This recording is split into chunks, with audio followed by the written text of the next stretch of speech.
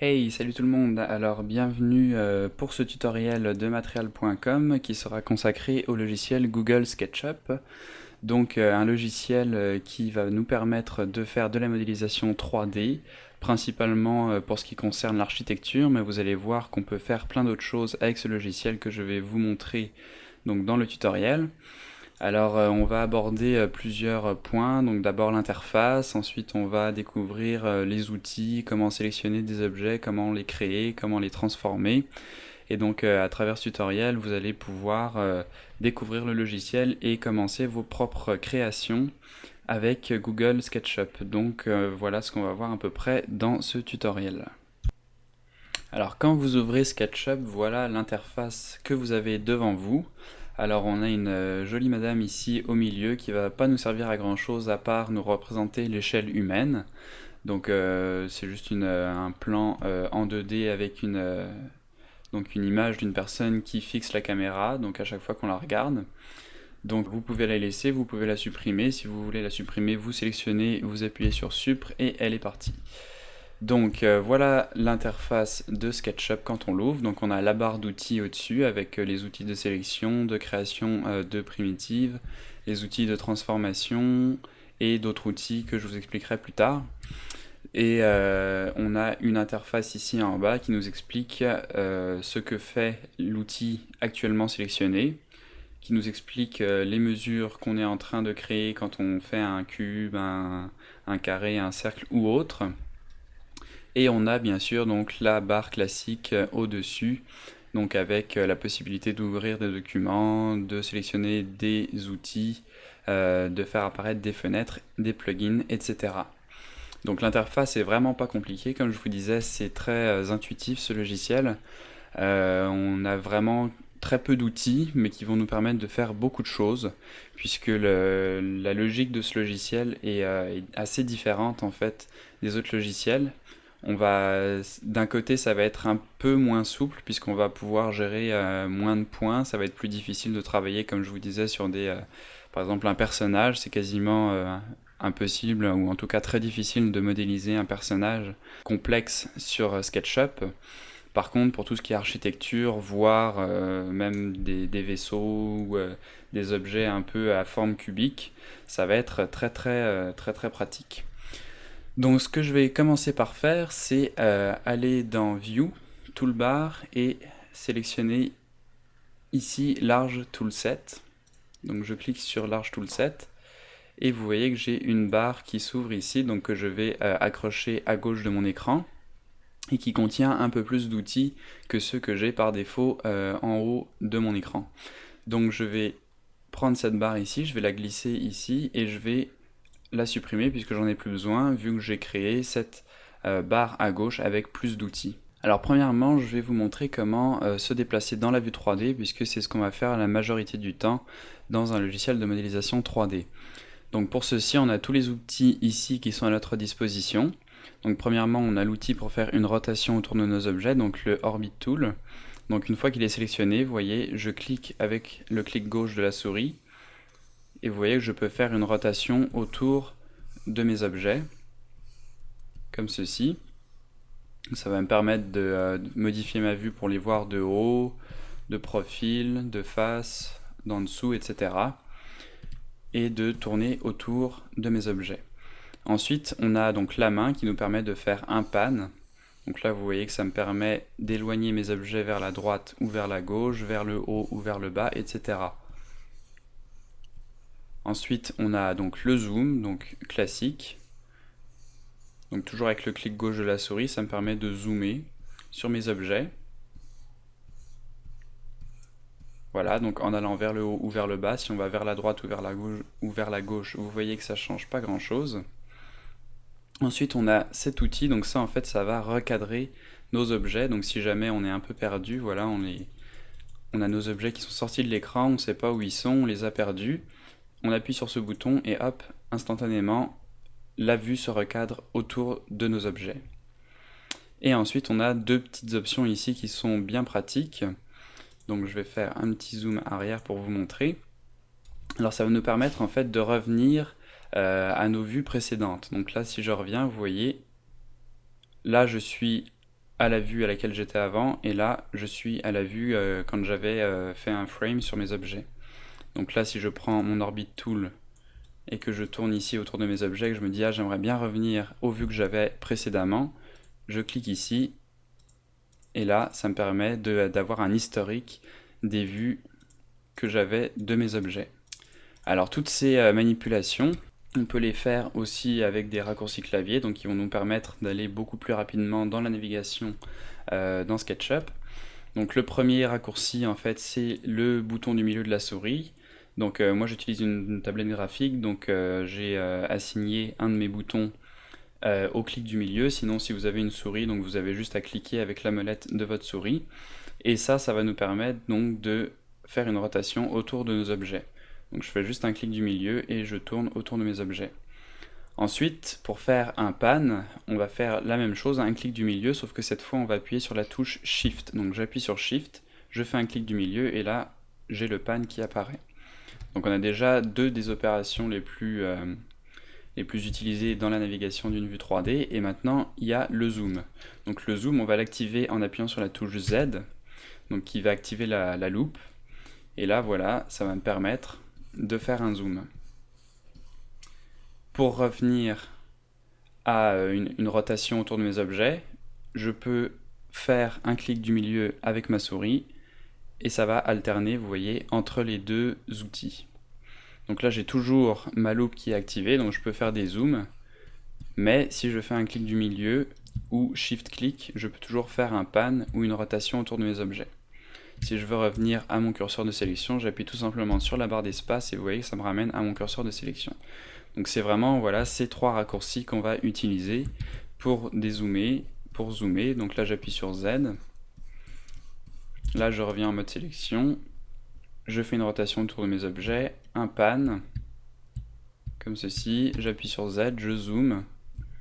J'appuie sur le clic du milieu pour faire une rotation. Shift clic du milieu pour faire un pan. Là j'ai toujours mon outil de zoom qui est activé, donc je peux zoomer ou dézoomer. Et quand j'ai fini, j'appuie sur la barre d'espace. Donc pratiquez-vous à faire ces opérations pour n'avoir plus aucun problème pour tourner autour de vos objets et accéder à la vue que vous désirez. Alors dans cette partie, je vais vous montrer comment commencer à créer des objets. Alors la création d'objets va se dérouler dans cette partie de notre palette d'outils. Donc vous pouvez voir qu'on a un rectangle, un cercle, un triangle. Après on a un crayon, un espèce d'arc de cercle et un truc tout bizarre ici. Donc on va commencer avec le carré, donc qui va nous permettre de faire des carrés et des rectangles. Alors vous voyez ici, quand j'ai ma ligne qui fait la diagonale, ça veut dire que j'ai un carré. Quand cette ligne disparaît, ça veut dire que j'ai un rectangle. Donc ça c'est assez simple à comprendre. Et donc je vais pouvoir voilà, cliquer une première fois pour démarrer la création de mon rectangle ou de mon carré. Je relâche le clic et je clique une deuxième fois pour terminer la création de mon carré.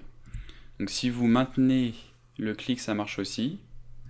Donc là, c'est à vous de voir ce que vous préférez. Vous pouvez tout simplement donc cliquer une fois, relâcher le clic, cliquer une deuxième fois ou maintenir le clic.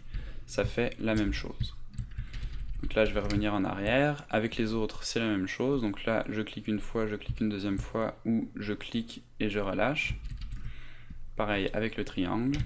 Alors non, oui, désolé, c'est pas en fait un triangle, la forme représentée ici c'est un triangle, mais là ça va nous faire un hexagone, donc une surface à 6 côtés qu'on va pouvoir modifier par la suite si on veut obtenir un triangle ou une surface à plus que 6 côtés. Donc je vous montrerai par la suite comment obtenir ceci. Ensuite on a un outil très pratique donc, qui est le crayon, qui va nous permettre tout simplement de tracer des lignes droites. Donc ça va vraiment être très pratique puisqu'on va pouvoir faire n'importe quoi avec cet outil. Donc là vous voyez que ça a dessiné dans plusieurs vues, donc là on n'a pas vraiment quelque chose dessiné en 2 dimensions puisqu'on a une surface ici en 2 dimensions et là il part sur l'axe des Z, donc ça change un peu. Je vous montrerai comment maîtriser tout ça plus tard. Ensuite on a donc l'arc de cercle, donc ça qui va nous permettre de faire des arcs de cercle. Donc plus ou moins étendu. Donc là vous voyez on fait un arc de cercle vraiment excentré et ici on se recentre presque pour faire une ligne droite. Voilà, donc ça va nous permettre de faire des arches. Et le dernier outil donc c'est en fait un outil qui nous permet de dessiner librement dans notre vue 3D. Voilà, pour créer une forme un peu plus libre et un peu plus peut-être lisse que ce qu'on pourrait avoir avec l'outil crayon qui nous permet uniquement de faire des lignes droites. Donc là, vous voyez que pour l'instant, on a créé des surfaces 2D, donc sur 2 dimensions, et qu'on n'a pas vraiment de volume. Donc pour donner du volume à nos objets, on va devoir faire une extrusion, donc qui va se faire à l'aide de cet outil, donc l'outil Pull, Push and Pull. Et donc de la même manière, je clique une fois, je clique une deuxième fois, et là ça me permet donc d'étirer ma surface là où je le désire. Donc c'est en fait un peu une extraction. Voilà, une extraction de matière. Et donc cet outil va non seulement me permettre donc d'étirer ma matière, mais aussi de la réduire. Donc vous voyez, comme ceci. Et donc ça marche avec toutes les primitives. Donc là par exemple, si je veux faire un cylindre, je fais un cercle. Je viens prendre cet outil, donc on peut aussi activer en appuyant sur la touche P. Je clique une fois, je relâche le clic, et voilà, j'ai fait une extrusion. Et mon cercle s'est transformé en cylindre. Donc ça va être très puissant, et c'est là en fait tout l'intérêt de SketchUp, c'est qu'on va en fait pouvoir dessiner après sur nos surfaces directement et ajouter ou enlever de la matière. Donc par exemple, imaginons que je veuille rajouter un espèce de rectangle sur cette maison. Et bien je vais tout simplement sélectionner mon rectangle. Là vous voyez que mon curseur est au-dessus de la face supérieure de ma maison. Je clique une fois, je clique une deuxième fois, et là vous voyez que mon rectangle s'est créé exactement à la surface de la face supérieure de ma maison. Et là si je viens chercher cet outil Push and Pull, je clique une fois, je relâche le clic, et là vous voyez que je peux ajouter ou enlever de la matière. Donc ça c'est quelque chose qui est un peu plus difficile à faire dans un logiciel comme Maya, Blender, etc. Puisqu'on va toujours avoir des arêtes qui vont se connecter entre tous les points ici. Donc si je faisais ça dans Maya, par exemple, j'aurais une arête qui rejoindrait ce point-ci à celui-ci. Mais c'est pas le cas dans SketchUp, et c'est ça qui fait toute la force de ce logiciel, parce que par exemple, on va pouvoir faire des trucs un peu plus complexes, comme créer voilà, un cercle sur la surface de ce cube, et enlever ou ajouter de la matière. Donc ça, ce serait déjà un peu plus difficile à faire dans une application comme Maya. Et alors ce qui est vraiment très appréciable dans cette application, c'est qu'on n'a pas justement d'arêtes qui vont dans tous les sens, ça reste toujours très propre. Et en même temps très intuitif, puisque du coup on a juste à dessiner ce qu'on veut. Donc là par exemple, si je veux faire une forme assez bizarre, voilà, je dessine n'importe quoi. Je ferme la face ici, j'appuie sur cette icône, je clique, je relâche, et là vous voyez qu'on a quelque chose exactement comme je le voulais. Donc après je peux venir dessiner sur ma surface ici. Donc là je viens dessiner quelque chose comme ceci. Je viens chercher mon outil, j'appuie une fois, je fais une extraction, et là vous voyez que j'ai une forme qui s'est ajoutée à ce volume. Donc je peux faire vraiment beaucoup de choses avec déjà ces outils de base, donc tous les outils qu'on a ici. Donc je peux par exemple créer un arc de cercle, venir le fermer avec mon outil crayon. Donc là voilà, j'ai un demi-cercle, et là j'ai un cylindre coupé en deux que je peux donc encore une fois retravailler. Donc là je vais créer voilà, un trait ici, je prends mon outil, et là vous voyez que j'ai une forme déjà assez complexe créée très rapidement, et je peux faire ça à l'infini. Donc je peux venir ici créer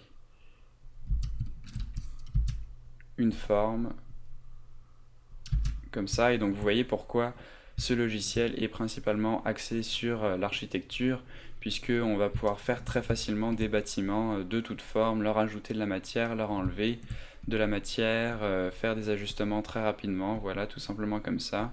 Régler la hauteur de mes différentes surfaces, vous voyez que très rapidement je peux changer le look de mes objets. Vous voyez, en quelques clics, on a complètement changé le look de ce que j'avais auparavant, et donc c'est très rapide et très efficace. Alors après ce premier aperçu des possibilités de SketchUp quant à la modélisation, je vais vous présenter un peu les autres outils qu'on a de disponibles et qui vont nous permettre d'étendre encore plus les capacités de ce logiciel. Donc en premier lieu, donc on n'a pas seulement le pool comme je vous ai montré ici, qui nous permet d'ajouter, donc ça c'est un outil très pratique, mais on a aussi donc par exemple l'offset, donc c'est cet outil ici. Donc si par exemple je viens ici sélectionner cette face, je viens sélectionner cet outil, je clique une fois, et là vous voyez que ça me permet très rapidement de faire une bordure à mon objet. Donc là, la bordure suit précisément les contours de mon objet, et je vais pouvoir cette fois venir sélectionner mon objet Push on Pull, et ajouter de la matière, et donc je peux faire ça à l'infini. Et ça va me permettre très rapidement de faire une dénivellation comme ceci. Et de créer quelque chose de quand même complexe de manière très simple et très rapide. Ensuite, donc on a l'outil Move ici. Donc cet outil va nous permettre en fait de déplacer des surfaces ou des arêtes ou même des points individuels. Donc on va avoir beaucoup de liberté avec cet outil Move qui va nous permettre voilà, d'étendre encore plus les capacités de ces outils. On a l'outil qui nous permet ici de faire une rotation. Alors là, attention, c'est un peu plus compliqué que dans des logiciels comme Maya ou Blender, où on a un gizmo qui nous permet de manipuler beaucoup plus facilement ce qu'on fait. Donc là, on va en fait avoir un espèce de rapporteur comme ça. Et on va cliquer par exemple donc, sur cette face, définir un axe, et vous voyez que cette face va faire une rotation à partir de l'axe qu'on a défini. Donc vous voyez que c'est un peu plus compliqué qu'avec un logiciel 3D, comme Maya ou Blender. Mais une fois qu'on a compris comment ça marche, donc là par exemple je sélectionne cet objet au complet, je viens sélectionner mon outil de rotation, je trace un axe comme ceci, et là je vais pouvoir, vous voyez, faire une rotation de mon objet dans ce sens.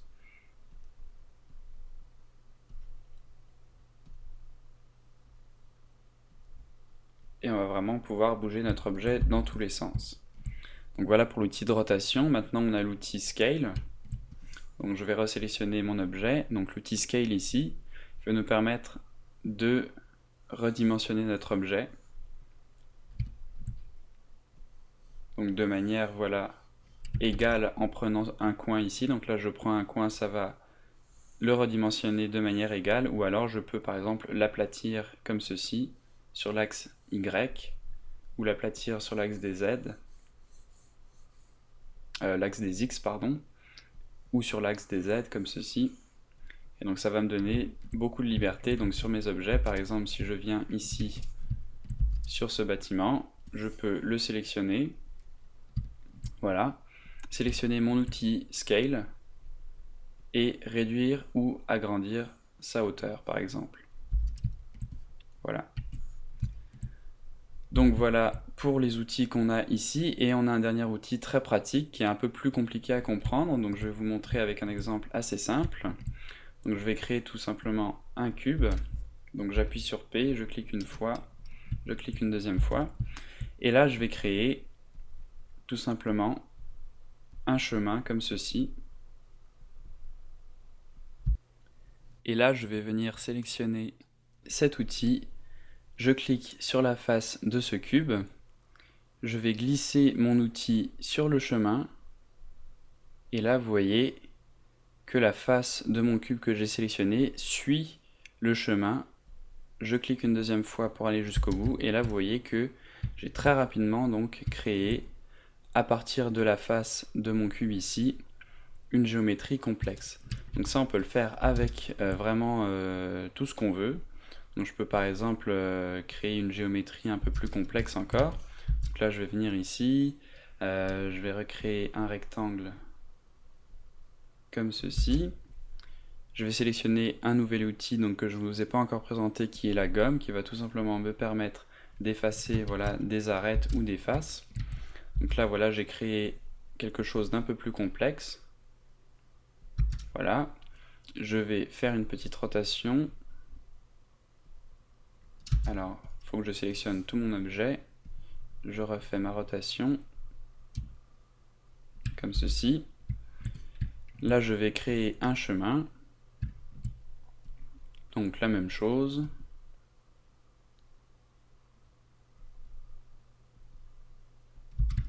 Voilà. Je vais sélectionner mon objet. Je vais le bouger un peu plus proche de mon chemin, comme ceci. Donc voilà. Alors là, il n'est pas encore assez proche, donc je vais le rapprocher encore un petit peu. Voilà. Et là, je prends mon outil ici, je clique sur la surface là, et je vais pouvoir suivre mon chemin. Alors là, mon objet est un petit peu trop gros, donc je vais faire un scale.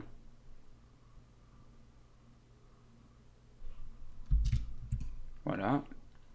Je le resélectionne.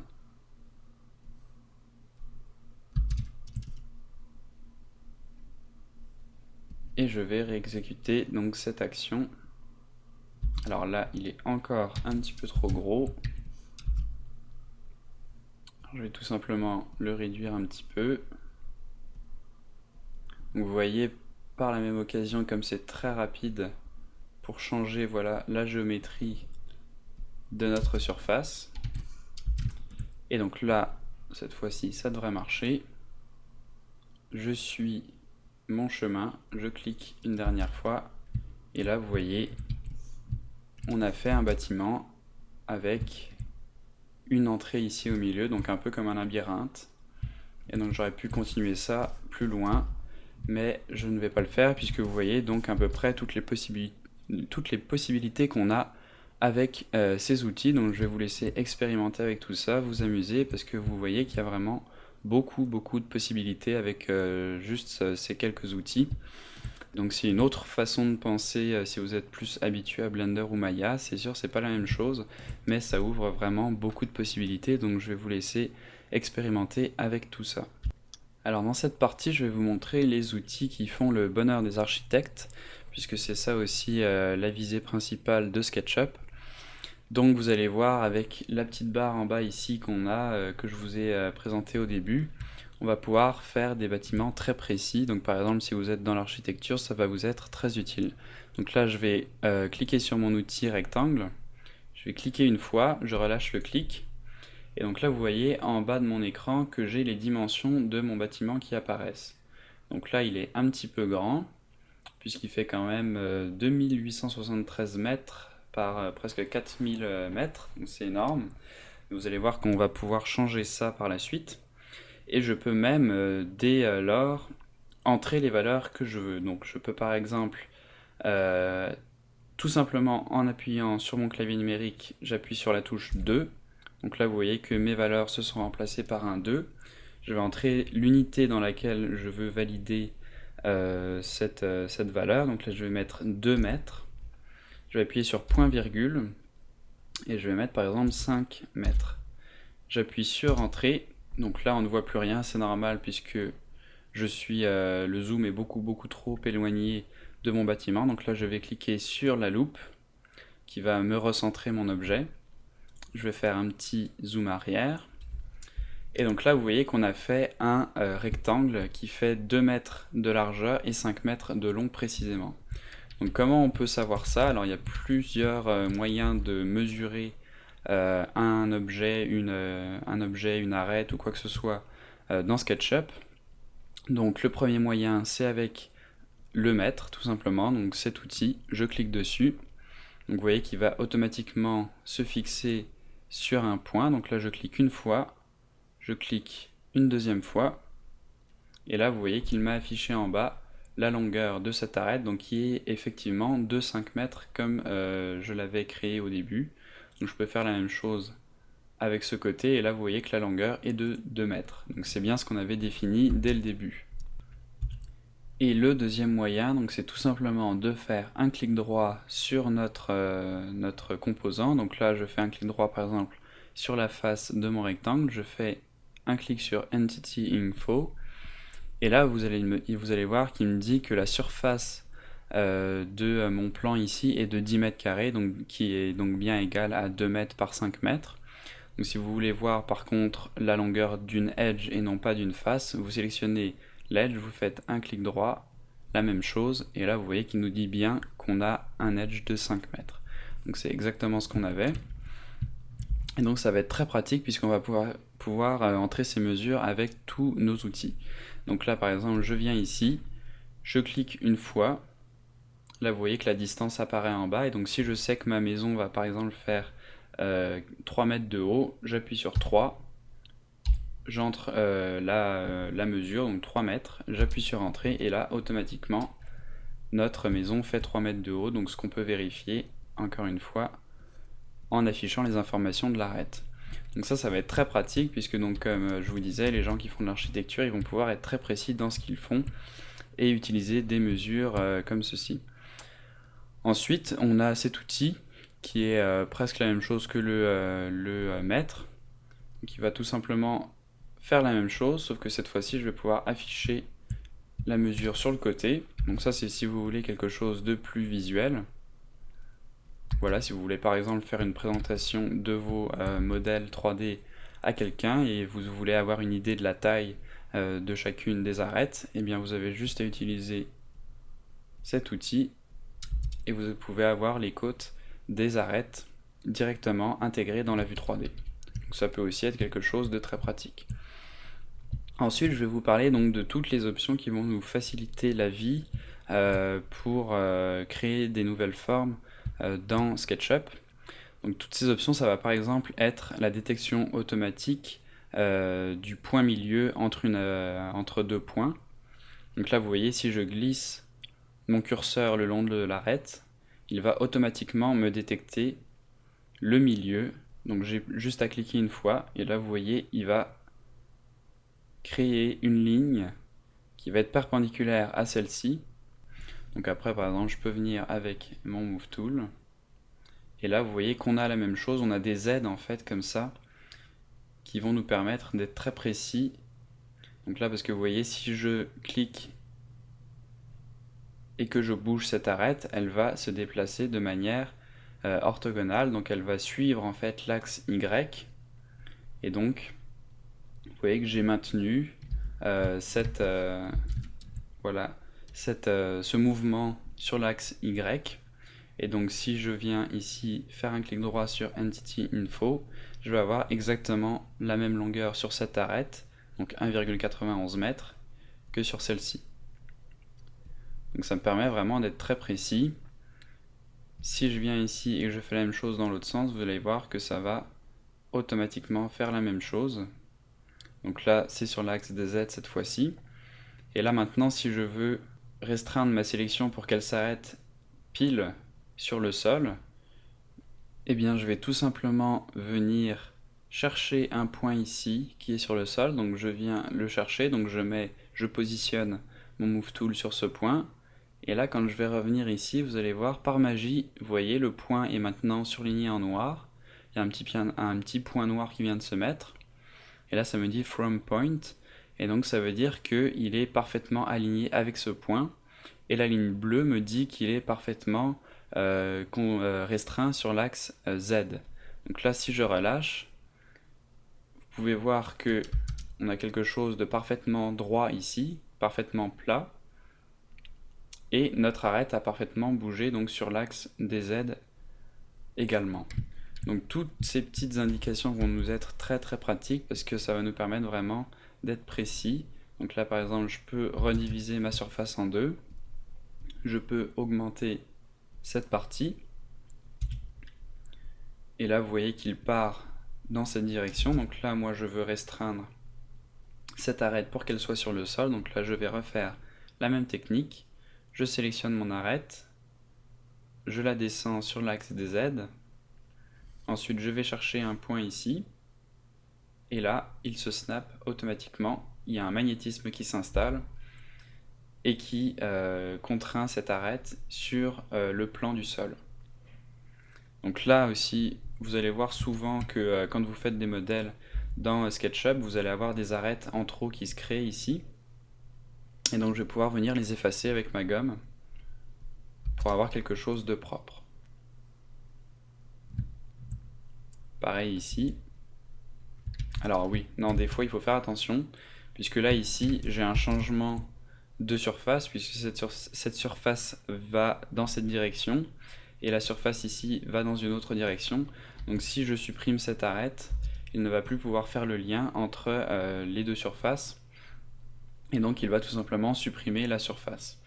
Alors si jamais vous vous retrouvez face à une situation comme celle-ci, où la surface a disparu, pas de panique, il y a un moyen très simple de recréer une surface, donc de boucher les trous. C'est tout simplement de recréer les arêtes. Donc je sélectionne mon outil ligne ici, et je viens recréer mon arête. Donc vous voyez encore une fois tout se snap automatiquement, donc on a un magnétisme qui se met en place. Je recrée cette arête, et là vous voyez que ça a automatiquement recréé mes deux faces. Donc voilà comment on peut faire pour boucher des trous. Alors dans cette partie, je vais vous parler des moyens de sélection dans SketchUp. Alors dans SketchUp, on a des moyens de sélection qui sont très bien pensés. Donc vous allez voir ça tout de suite. Donc on a un premier moyen de sélection qui est très simple, qui est le clic gauche. Donc là je clique sur une arête, une surface, et ça me la sélectionne. Très facile. Sinon je peux cliquer, glisser, et là ça va me faire un rectangle de sélection qui va me permettre de sélectionner plusieurs choses en même temps. Et là où c'est très intelligent, c'est que ce rectangle de sélection ne va pas agir de la même manière si vous le déplacez de la gauche vers la droite et si vous le déplacez de la droite vers la gauche. Donc là vous avez vu que ça n'a fait aucun changement, mais en fait il y a une différence, c'est que si je viens par exemple ici et que je veux sélectionner des composants par là, et que je fais un rectangle de sélection de la gauche vers la droite, vous voyez qu'il ne me sélectionne que cette arête. Donc c'est l'arête qui était entièrement inclue dans ce rectangle de sélection. Donc vous voyez que les autres arêtes, bien qu'elles touchent le rectangle de sélection, n'ont pas été sélectionnées, puisque j'avais uniquement ce point ici qui était dans le rectangle de sélection et non celui-là. Donc si je veux sélectionner cette arête et cette arête, je vais devoir inclure les deux vertex qui composent mon arête dans le rectangle de sélection. Et là vous voyez, une fois que c'est fait, ça me sélectionne les deux arêtes. Et si vous faites l'inverse, donc si vous partez de la droite vers la gauche, là vous voyez que ça me sélectionne tout ce qui touche au rectangle de sélection. Donc même si le point ici n'est pas dans le rectangle de sélection et que je vais de la droite vers la gauche, il va quand même me sélectionner cette arête ici. Et il va également me sélectionner la face ici. Donc si je vais de droite à gauche, j'ai pas besoin de sélectionner la face en entier pour qu'elle soit sélectionnée. Vous voyez, ça marche très bien comme ceci. Mais si je vais de gauche à droite, là il va rien me sélectionner puisqu'il n'y a rien qui est complètement inclus dans ma sélection. Donc là ça va être très pratique, puisque si par exemple je veux sélectionner uniquement cette face, vous voyez, je peux déborder un petit peu, donc pas trop quand même. Donc je déborde un petit peu et ça me sélectionne juste cette face. Si je veux très rapidement sélectionner plusieurs faces et plusieurs arêtes, je vais de la droite vers la gauche et là ça me sélectionne plusieurs choses. Donc voilà, il faut faire très attention à cette différence et il faut vraiment apprendre à la manier, puisque c'est quand même très important et ça va nous simplifier la vie de nombreuses fois. Pour finir, donc, je vous ai parlé du clic simple pour sélectionner une arête ou une face. On peut aussi faire un double clic, voilà, qui va nous sélectionner la face et les arêtes qui entourent cette face. De même, on peut faire un triple clic. Donc là, je clique 3 fois de suite avec le curseur gauche de ma souris. Et là, ça va sélectionner mon objet en entier. Donc si vous n'avez pas envie, par exemple, de vous reculer pour sélectionner cet objet en entier, vous pouvez tout simplement, même si vous êtes rapproché comme ceci de votre objet, cliquez 3 fois dessus et là vous voyez, il est sélectionné en entier. Donc un petit raccourci aussi assez important à connaître. Alors dans cette partie un peu plus avancée, je vais vous montrer quelques particularités de certains outils. Donc par exemple, une particularité bien pratique avec l'outil Push and Pull, Donc qui va nous permettre de créer une nouvelle face quand on fait une extrusion comme celle-ci. Donc vous voyez que, mis à part quand on crée notre première face ici, voilà, donc là on a vraiment une deuxième face qui est créée. Le reste du temps, voilà, on va tout simplement pousser nos surfaces sans en créer de nouvelles. Donc si par exemple vous voulez garder les arêtes qui sont ici, donc les arêtes qui entourent ma face, mais quand même augmenter la surface de ce rectangle, enfin de ce pavé, j'ai tout simplement à faire la même chose. Donc là je clique une fois, mais si je maintiens la touche CTRL enfoncée, vous voyez qu'il garde l'arête qui était à l'origine. Et donc là avec la touche CTRL enfoncée, je clique une deuxième fois, et là vous voyez que mon arête est toujours ici. Donc là ça va me permettre par exemple, voilà, de faire un dénivelé comme ça, très rapidement. Même chose ici, je fais CTRL, je clique une fois, là ça va me créer une nouvelle surface, et ça va me permettre, voilà, de faire quelque chose comme ceci. Donc une petite particularité de cet outil Push and Pull qui va nous être très pratique. Voilà. Ensuite, on a cet outil dont je ne vous ai pas parlé, qui peut être aussi un peu futile, mais des fois pratique. Donc là, je vais cliquer sur mon objet. Donc là, vous voyez, j'ai cliqué en plein sur une surface de mon objet. Je clique une deuxième fois, et là, ça va me permettre d'entrer tout ce que je veux. Donc je peux par exemple renommer, puis mettre usine. Je clique sur mon curseur, et là, vous voyez que quand je pivote autour de mon objet, le mot usine reste face à la caméra, et donc ça me permet d'identifier très rapidement mes objets. Donc là je peux le sélectionner et le supprimer. Ensuite on va voir comment dupliquer des objets. Alors ça va être très très pratique, puisque je vais pouvoir par exemple, donc là je vais supprimer cet objet et cet objet histoire de faire un peu de place.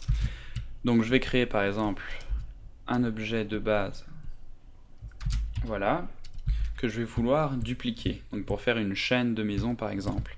Donc là je vais sélectionner ma maison en entier, je viens chercher mon Move Tool, je viens me placer dans le coin ici, et là si j'appuie une seule fois, vous voyez que ça va déplacer ma maison, mais si je fais comme pour l'outil Push and Pull, si j'appuie sur CTRL, vous voyez que ça va la dupliquer.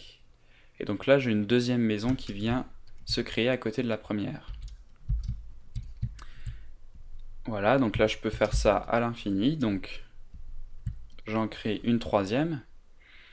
Et un truc un peu moins connu mais très très pratique, c'est que après avoir fait ça, donc tout de suite après avoir dupliqué mon objet, je peux entrer une valeur dans mon clavier numérique qui va dupliquer cet objet de la même manière que je viens de le faire, mais plusieurs fois. Donc là sur mon clavier numérique, je vais appuyer donc sur la petite étoile, donc à côté du moins. Donc j'appuie sur fois et je vais entrer par exemple la valeur 15, j'appuie sur entrée et là vous voyez magie, ma maison vient de se dupliquer 15 fois avec un intervalle régulier à chaque fois. Et donc là je peux faire la même chose dans l'autre sens. Donc je vais venir ici sélectionner mon Move Tool, déplacer ma maison comme ceci et faire x15. Et là vous voyez j'ai une petite ville. Et donc vous voyez que très très rapidement on peut faire un quadrillage, voilà, de maisons, d'immeubles comme ceci.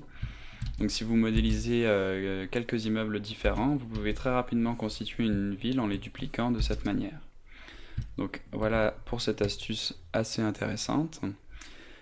Et en dernier, donc je vais vous parler d'un plugin qui est un des plus téléchargés pour SketchUp et qui est un plugin qui nous permet de faire des bevels, puisque c'est un aspect très important dans la modélisation 3D, c'est de pouvoir faire des bevels sur nos edges pour pas que ça paraisse trop 3D, puisque si je viens ici créer un cube, vous voyez que c'est très très rigide et que c'est pas très réaliste, puisque dans la réalité on a rarement des arêtes aussi coupantes que celle-ci, à part pour un couteau ou des objets de ce genre. Et donc un plugin très sympa qui s'appelle Round Edges, donc qui se trouve ici, Round Corner pardon, va nous permettre de faire des bevels. Donc pour installer ce plugin, c'est très simple, vous avez juste donc à chercher Round Corner sur Google, donc vous allez trouver la page pour le plugin. Et vous avez tout simplement à glisser les fichiers, donc à savoir zloader roundcorner.rb et le dossier roundcorner dir23. Vous avez juste à glisser ces deux fichiers dans SketchUp plugin et également télécharger la librairie Fredo 6. Donc c'est le créateur de ce plugin. Donc c'est libfredo6.rb et libfredo6dir47. Donc pareil, vous allez les trouver très facilement sur Google. Je mettrai les liens à la fin de la vidéo si vous voulez. Et vous avez juste à les glisser dans le dossier plugin de SketchUp pour les voir apparaître dans votre logiciel, donc SketchUp. Alors qu'est-ce que ça va nous permettre de faire ce plugin? Donc ça va nous permettre de faire des bevels. Alors je vais vous montrer ça tout de suite. Donc on va dans Tools, Fredo 6 Collection, on trouve le plugin Round Corner, on clique dessus, et là vous voyez que j'ai une nouvelle interface qui vient d'apparaître. Donc là on voit pas grand chose, je vais augmenter un petit peu l'offset et vous expliquer par la suite à quoi ça correspond. Donc les arêtes en rouge, ça correspond aux arêtes sur lesquelles on va appliquer notre bevel. Les arêtes en vert, c'est l'étendue de notre bevel, donc on va avoir en fait un arrondi qui va se créer jusqu'aux arêtes vertes. L'offset, donc comme vous avez pu le remarquer, donc c'est l'étendue de cet arrondi. Et on a un deuxième paramètre ici important, c'est le nombre de segments, donc qui va de 1 à 60. Donc si je mets un segment, ça va pas être très beau, ça va pas être lisse, et plus je mets de segments, plus ça va être lisse. Donc là je vais en mettre 8, j'appuie sur OK, et tout est prêt. Il y a juste, si vous lancez le plugin pour la première fois, je pense qu'il doit y avoir quelque chose comme ces 3 icônes qui doivent être cochées. Personnellement, j'aime bien les décocher puisque ça me permet d'avoir un résultat différent. Je vais vous montrer en fait avant et après ce que ça va donner. Ça va être plus simple à expliquer. Donc là, je vais cliquer sur le V pour valider. Et là, vous voyez, on vient de réussir à faire, enfin le plugin vient de faire un bevel sur les arêtes qui étaient sélectionnées. Alors là, ça va nous permettre d'ajouter beaucoup de réalisme sur nos œuvres. Donc là, le bevel est peut-être un peu trop gros. Là, ça a vraiment créé un effet d'arrondi. Si vous regardez ici, on a vraiment un arrondi. En général, ça doit être un peu plus subtil, juste pour ne pas avoir d'arêtes coupantes comme celle-ci. Alors, je vais vous montrer avec une valeur un peu moins grande. Donc, je vais réduire ça à 15 par exemple. Je valide. Et là, voilà, on a un bel arrondi sur nos arêtes. Alors maintenant, je vais vous montrer ce que je vous disais tout à l'heure. Donc si on laisse ça coché, je vais augmenter l'offset pour que ce soit un peu plus visible. Voilà. Je fais valider, vous voyez que là il a fait un smooth, en fait il a lissé dans la vue 3D nos arêtes. Et alors moi j'aime pas ça puisque je trouve qu'on sait plus vraiment où on en est. C'est assez trompeur et je trouve que on voit plus nos arêtes en plus, puisque quand on clique dessus, vous voyez là ça nous sélectionne une face globale pour tout l'objet, et donc je trouve que c'est vraiment pas pratique pour travailler après sur notre objet. Donc je préfère venir dans Round Corner, décocher toutes les icônes qui sont dans Borders et Inner Edge, je fais valider, et là vous voyez que je peux sélectionner mes arêtes, mes faces individuellement et continuer ma modélisation, voilà, sans aucun problème. Donc voilà pour ce plugin qui est très intéressant et qui va permettre d'ajouter beaucoup de réalisme à nos réalisations et de faciliter aussi quelques étapes de modélisation. Donc si vous voulez faire un arrondi comme celui-ci, vous savez quoi faire maintenant. Alors dans cette partie, on va voir comment appliquer des textures, des matériaux à nos objets et comment faire un rendu. Alors pour appliquer des textures, on a tout simplement juste besoin de cliquer sur ce pot de peinture ici, et là on va avoir, voilà, nos textures qui vont apparaître. Donc là par défaut, vous allez arriver sur cette interface avec plein de textures déjà créées que vous pouvez directement appliquer sur vos objets. Donc pour les appliquer, rien de plus simple, vous cliquez là où vous voulez les appliquer Et vous voyez que très rapidement, on a quelque chose d'assez sympa. Donc là, on a mis un mur de briques tout autour de notre maison. Et vous voyez, si vous connaissez les logiciels comme Maya ou Blender, les UV sont faits automatiquement quand on applique notre géométrie, donc on a quelque chose de déjà assez propre. Et donc vous pouvez sélectionner n'importe quel autre matériel et l'appliquer à votre objet pour le changer. Vous pouvez aussi créer des nouveaux matériaux, donc là je vais cliquer sur cette petite icône ici. Là il va me dire création d'un matériau, et donc là je vais pouvoir changer le matériel, donc je peux enlever Use Texture Image, changer la couleur de mon matériau, faire OK, et là vous voyez que j'ai mon nouveau matériau qui est créé. Je peux à tout moment donc revenir ici, double-cliquer dessus pour l'éditer. Par exemple, voilà celle-ci, et venir appliquer cette texture sur mon objet. Donc vous voyez, c'est très simple à faire. Ensuite, pour le rendu, on a juste besoin d'aller dans Export, 2D Graphic. Là, je vais l'appeler Test. Et voilà ce qu'on a. Donc ça, c'est l'image exportée, donc test.jpg. Et c'est donc tout simplement un rendu de la vue 3D de Google SketchUp. Si je veux ajouter un tout petit peu plus de réalisme à cette vue 3D, je peux aller dans View, Shadow, et là vous voyez qu'on a une ombre qui vient de se créer, qui vient d'apparaître, et qui va être dans mon rendu si je fais Export 2D Graphic. Donc là, je vais l'exporter. Et j'ai la même chose, mais cette fois-ci avec une ombre. Pour changer l'ombre de position, rien de plus simple que d'aller dans Toolbar, Solar North. Je clique sur cette deuxième icône, je clique une fois, et là, ça me permet de sélectionner la position de mon soleil. Donc comme ceci, je peux changer voilà, la position de mon soleil et ainsi de mon ombre. Aussi, ce que je peux faire, plutôt que d'exporter une image 2D, c'est exporter mon objet en modèle 3D. Donc là, on va avoir tout plein d'objets, enfin d'extensions comme 3ds Max, FBX ou OBJ. Et donc, ils vont me permettre d'importer mon objet dans un autre logiciel.